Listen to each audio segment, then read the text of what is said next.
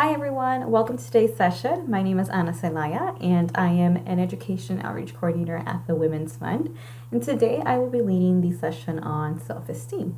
Now, here's a quick overview of what we're going to go ahead and talk about today.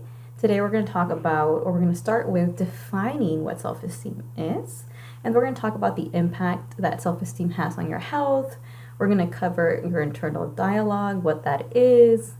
And we're going to also practice challenging negative thoughts, and we're going to talk about the 3 components of self-compassion. Now, at the end, we are going to do a recap, and I'm going to share an email with you. If you have any questions for me, you can send your questions to that email. And I hope that you're able to understand the definition of self-esteem, that you can list 3 ways self-esteem can impact your emotional and mental well-being, and that you're able to discuss a technique for diffusing negative self-talk or your internal dialogue. What is self-esteem? Well, self-esteem is the general opinion that you have about yourself and your overall sense of your own worth, right? So it's what you think about yourself and also how you value yourself. There's a lot of things that can impact self-esteem, right? And so a lot of our self-esteem is derived from our past experiences, specifically those experiences that we've experienced in childhood, right? So from what our parents told us at a young age, our teachers and friends. However, genetics, health, and age also impact your self-esteem. So, for example, with age, the idea is that your self-esteem does get healthier, or it isn't low, right? But every stage of life is different. Just because you're older doesn't mean that you're going to have a healthy self-esteem. But for the most part, whenever you're in your teens, even in your college years, your self-esteem can suffer, right? You might have low self-esteem. Also health, right? So if for whatever reason you're diagnosed with something, a pre-diabetic or a diabetic person, that can also impact your self-esteem, right? So you can go from being healthy to not so healthy, or your health might be impacted and therefore your self-esteem gets affected, right? Now, there are external factors that I want to briefly mention in this session. And some of those, or one of the biggest external factors that we have to look out for, is social media, right? I love social media. I think it's great because it helps us connect. We are using a social media platform to communicate. I think social media is also good for keeping in touch with like family members that might live abroad or far away. It also helps us with homework, right? So if you have a question or you're wondering something, you can Google it. But as it pertains to self-esteem, because we're so connected and we can see images, or it's super easy to see images or news articles or magazines, whatever it might be, we do get bombarded with this idea of what perfect is, right? And so this idea of what perfect is, which is often in social media, can distort our reality, right? And so here I have a image of one of my favorite artists, Beyonce, right? And I think she's beautiful in both pictures, right? But to the right, her skin is flawless, right? There's no texture in her skin, but to the left, it's her natural skin, right? And you can see how both differ. Also, to the left, her chin isn't as chiseled, and her face still looks fine, but to the right, there has been some distortions made to her face to present us with that perfect image. And so my thing for you is, as far as external factors, try to understand that social media is going to present perfectionism, because not understanding this can truly impact your own self-esteem. Okay? Matter. So why does self-esteem matter? Well, self-esteem plays a significant role in your motivation and success throughout life, right? Low self-esteem might, for example, cause you not to try new things, right? Because you're afraid. of what might happen. You don't really believe in yourself. Now, additionally, aside from success in life or just motivation to do something, self-esteem can impact your well-being, both mentally and emotionally, right? And this is important to understand. So, now here are some of the ways that self-esteem can impact your well-being, right? Having low self-esteem can impact your relationships, right? And this is something that I want to make a point of, right? So, when you have low self-esteem, it doesn't mean that you can't be successful in life, right? Someone that has low self-esteem might be able to be successful in school. They might be able to get good grades, right? But they might have a hard time making friends. They might have a hard time understanding why anyone would be attracted to them. So again, be mindful that low self-esteem doesn't necessarily mean that you're going to not be successful in life, but it might mean that you are going to suffer in other aspects or other parts of your life, like building relationships and healthy ones. And other things that could happen with low self-esteem is lack of self-care, and it can also lead to self-harming behaviors when you have low self-esteem. And so lack of self-care is interesting because when you have low self-esteem and you don't value your own self, you feel like you don't necessarily deserve to do all these things that might make you feel better, right? Because self-care, we're not going to get into what self-care is, but it is taking care of yourself by doing physical things, as far as like exercising, doing things that can relax your mind or calm your mind, like meditating, stuff like that, right? Even taking a bath. And so someone who has low self-esteem might lack that sense of care, right? And self-harming behaviors. If you don't necessarily value yourself, if you think negatively of yourself or you have negative opinions about yourself, you're going to start thinking, or you're going to start convincing yourself that you being here or whatever happens to you doesn't matter to others. And that's just not true, right? And so that's why self-esteem matters so much, because it does impact a lot of things in your life. So now that you understand why self-esteem matters, I do want to go ahead and let you know that the good thing about self-esteem is that it is malleable, meaning that it can be changed, right? Like a plant, you have to tend to it for it to flourish, for it to grow, for it to be healthy. And that self-esteem is the same way, right? It must be nurtured.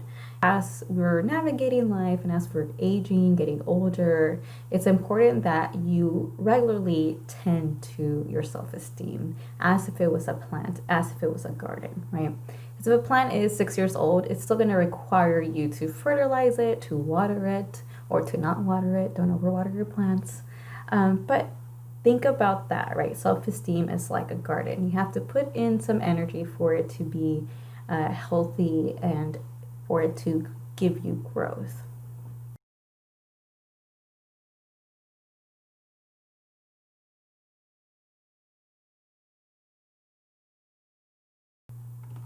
And so one thing about self-esteem that we're going to go ahead and talk about today is negative self-talk. And then the opposite of that is positive self-talk. These two things, or this negative and positive self-talk, definitely is a huge part of self-esteem, right? Because self-esteem, again, is impacted by things that happen to you at an early age, but they're encouraged, or low self-esteem is encouraged, but by how you talk to yourself. So now self-talk can be conscious or subconscious, right? And it is that personal commentary that you have with yourself. And it can be either positive or negative. Now, real quick before I move on, however, positive self-talk can be negative or unhealthy in the sense that if you have an internal dialogue that thinks that you're always right, you're never wrong, everyone else is at fault, that is an example of unhealthy positive self-talk. But how does healthy self-talk work, or what can it do for you? Well, overall, it leads to good performance because it can regulate your emotions, it increases your self-esteem, and it increases your self-confidence by telling you, or by having a realistic view of yourself, in the sense that you don't necessarily think that you're the best at everything, but you also understand that you're awesome, right? Like, I can do this, I'm gonna try. And so we're going to go ahead and do an activity together. So if you do have something to write with and paper, grab that, and I'll explain how to do the activity. And so the activity is called What Am I Saying? And I want you to pay attention to each phrase that I'm going to tell you right now. And if you've ever thought this, or if you think this regularly, I want you to just, put a tally or a check mark. And then at the end, I want you to count the check marks. So let's get started. If you've ever told yourself, I am not worth it, go ahead and give yourself a tally. If you've ever told yourself there's no use, give yourself a tally. If you've ever told yourself, I can't do it, give yourself a tally. I'll never follow through. I am not enough. I must be perfect. My opinion doesn't matter. I'll never be any different. Others are better than I am. People won't like me. If you ever told yourself this, I want to say, hey, super normal, because negative thoughts are actually part of our psyche, right? They are a normal thing. So don't feel ashamed if you ever felt this way. I know I have. And also ask yourself, have you said this to yourself recently? And how many times of the day are you telling yourself this? Because that's important too. I'm pretty sure most of you checked some of these. But again, ask yourself, how many times do I tell myself things like this? And have I been doing this recently? So now that we've done that exercise, I want to talk about how you can silence your inner critic. Inner critic can be your negative self-talk, your negative thoughts, right? So number one, you want to start by acknowledging the negative thoughts, right? Being able to acknowledge what you're saying to yourself is important in challenging it, right? Now, one thing that can help you in understanding or acknowledging the negative thoughts or your inner critic is keeping a journal or an inner critic log. And what you can do is whenever a negative thought pops up into your mind, you can write down a phrase, 2 words, 3 words, 4 words. It doesn't have to be a full sentence, and keep note of what that negative thought is. Number 2 is to separate yourself from the inner critic. And the way that you can do that is either by giving it a name or distancing yourself from it and understanding that that negative thought or that inner critic isn't necessarily what you believe about yourself. Because remember, negative self-talk, it can't be subconscious. So when it pops up, you want to make sure you acknowledge it and that you understand, hey, this was a reaction, but I do not agree with this reaction. Number 3 is to talk back to it. But the reason you want to talk back to it is to help you understand why it's happening. So for example, if you are telling yourself something like, you're never gonna do this, you can't do this, you're going to fail, being able to go, why am I saying this, or why are you saying this, can help you start understanding where that thought or inner critic is coming from.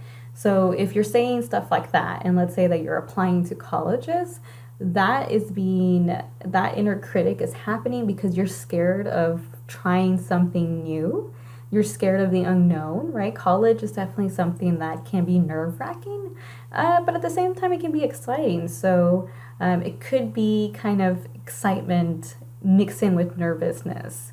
And so you being able to talk back to it is going to help you challenge it. And so these are 3 steps that you can follow to silence that inner critic.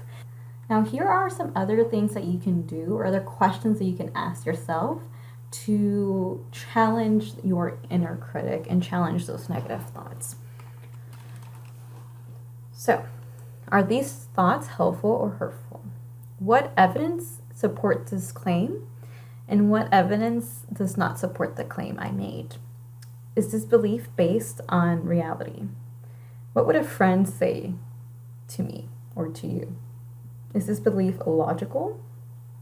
And do these thoughts help me reach my short and long-term goals? This brings me to the next part of our class, which is self-compassion, right? So we talked about self-esteem and how your internal dialogue can impact your self-esteem, and changing and being able to challenge the inner dialogue, especially when it's negative. But self-compassion is something that I completely, truly believe in, because it's so important in our well-being. And what self-compassion is the ability to love yourself mindfully, even in times of hardship, right? Because one thing about self-esteem is that sometimes it can rely a little bit too much on, not comparison, but for example, it relies on, self-esteem is high when things are going good. But what about when things aren't going great? Because we all experience hardship, right? So that's where self-compassion comes in. Hey, you're feeling low right now. We all feel that way. Be compassionate with yourself. And that is key to well-being. That is key to ensuring that your self-esteem is resilient to the changes that you are going to experience as you get older. And so self-compassion can be divided into 3 components. And so those 3 components are to the left, and the opposite of the components is to the right. So not the good stuff. And so those 3 are mindfulness, self-kindness, and common humanity. So let's see their definitions together. So here are the 3 components next to one another with their definitions. And so let's start with mindfulness. So mindfulness is the ability to be aware of negative emotions, accept them, and express them in a healthy way. Now, why is this one important? Well, a lot of times people think that negative emotions are not good, but negative emotions are part of life. They are healthy. But the key about negative emotions, or healthy negative emotions, or how do you make them healthy, is being able to accept them. Because when you ignore things like anger, sadness, frustration, and you don't understand why you're feeling that way, it can lead to issues. It can lead to conflict. And so part of self-compassion is being mindful of, why am I feeling this way, right? And being able to express yourself, right? So think about, whenever I was in high school, for example, I know that I was tired. And I know some adults don't understand that you can also be tired.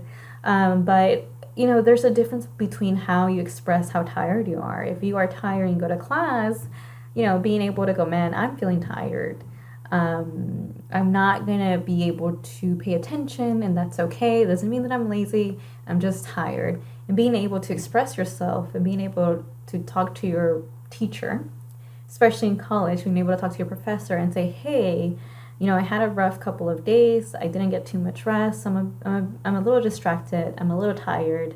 I'm sorry, right? Or, just a heads up, I'm going to be a little distracted because I'm tired. That is a great example of mindfulness. You are mindful of why you're feeling that way. You're able to express it to someone else that you're feeling this way, and you don't beat yourself up.